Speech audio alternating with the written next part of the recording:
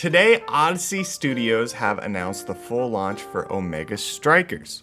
The open beta will run until January 1st, 2023 and tentatively launch fully in February. So they released all this in a dev letter, and taking a look, they fully took stock of the situation. The game launched 2 months ago and had a successful launch, but now the player base is pretty small at this point. Retention is their big problem.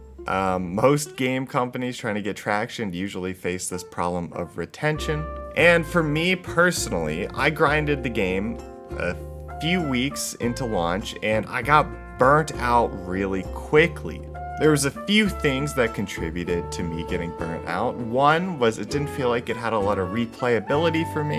It felt like I was pulling teeth a little, playing it over and over and over on stream.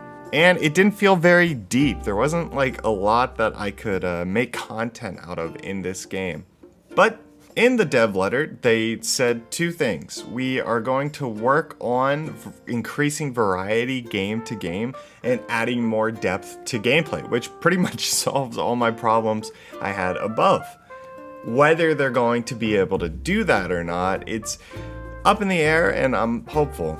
So I'm optimistic, but what do you guys think? Do you think they'll be able to refine the game enough to give it long-time replayability, or do you think the concept is kind of forcing them into a niche category? But regardless on how it plays out, I'm 100% on board with this decision.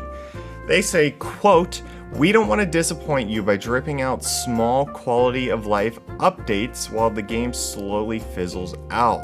That's something we've been experiencing on the Eternal Return side of things, and it's not a fun way to be on the receiving end of a development cycle for a game you love.